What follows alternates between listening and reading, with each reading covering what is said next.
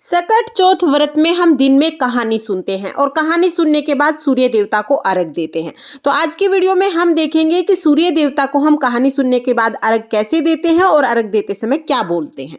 कथा सुनने के बाद जो हमने तिल के दाने लिए हैं, इनमें से आधे तिल के दाने तो हम सूर्य देवता को अर्घ दे देंगे, यानी कि अभी दिन में ही सूर्य देवता को अर्घ दे आएंगे।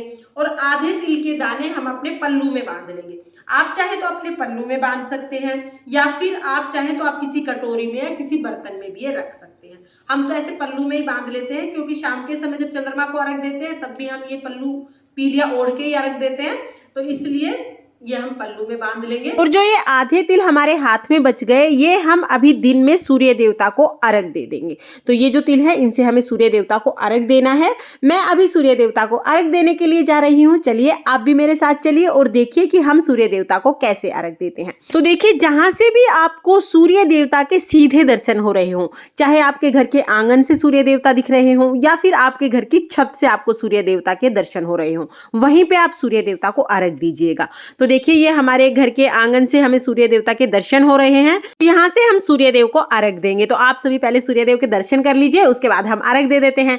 तो देखिए, अर्घ देने के लिए हम एक चांदी का छल्ला ले लेंगे। तो चांदी का छल्ला अपने हाथ में लेके, और जो तिल के दाने हैं वो हमने अपने हाथ में ले लिए हैं। अब पहले तिल इस तरह से समर्पित कर देंगे, उसके बाद लोटे को ऊपर उठाते हुए एक धार से हमें सूर्य को अर्घ देना है। अर्घ देते समय हमें बोलना है, हरे बांस की छाबड़ी, गले मोतियन का हार, सूर्य देव को अर्घ दूं, जिए मेरे बच्चे भाई भरतार, आक तले मेरा सासरा, ढाक तले नंदसार, पीहर सासरा ऐसा बढ़े जैसा कीड़ी के सोनाल। जैसे कीड़ी का परिवार बढ़ता है, चींटियों का परिवार बढ़ता है, वैसे ही मेरा परिवार बढ़ता रहे, मेरा पीहर और सासरा उसी तरह से आबाद रहे। इस तरह से बोलते हुए हम सूर्य देवता को अर्घ दे देंगे। अर्घ देने के बाद जहां पर खड़े होकर आपने अर्घ दिया है, वहीं पर खड़े होकर हम सूर्य की परिक्रमा करेंगे। क्लॉकवाइज हमें सूर्य देव की परिक्रमा करनी है और परिक्रमा करने के बाद हम हाथ जोड़कर सूर्य देव को नमस्कार करेंगे।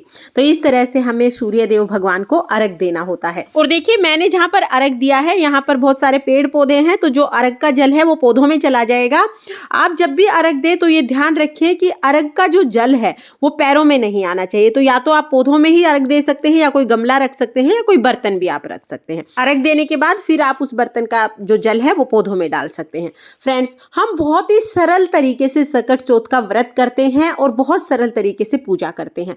आप सकट चौथ के व्रत में सूर्य भगवान की पूजा कैसे करते हैं मुझे कमेंट करके जरूर बताना। और सकट चौथ व्रत में कहानी सुनना अनिवार्य होता है। तो कहानी का वीडियो आपको मेरे चैनल पर मिल जाएगा, लिंक मैं आपको डिस्क्रिप्शन में दे दूंगी। आप कहानी जरूर सुनना और अपने फैमिली फ्रेंड्स के साथ उस वीडियो को शेयर जरूर करना, क्योंकि उन्हें भी सकट चौथ की कहानी सुननी होगी। और हाँ, चैनल को सब्सक्राइब जरूर कर देना। तो फिर मिलते हैं किसी और वीडियो के साथ। तब तक के लिए जय सकट चौथ माता। राधे राधे।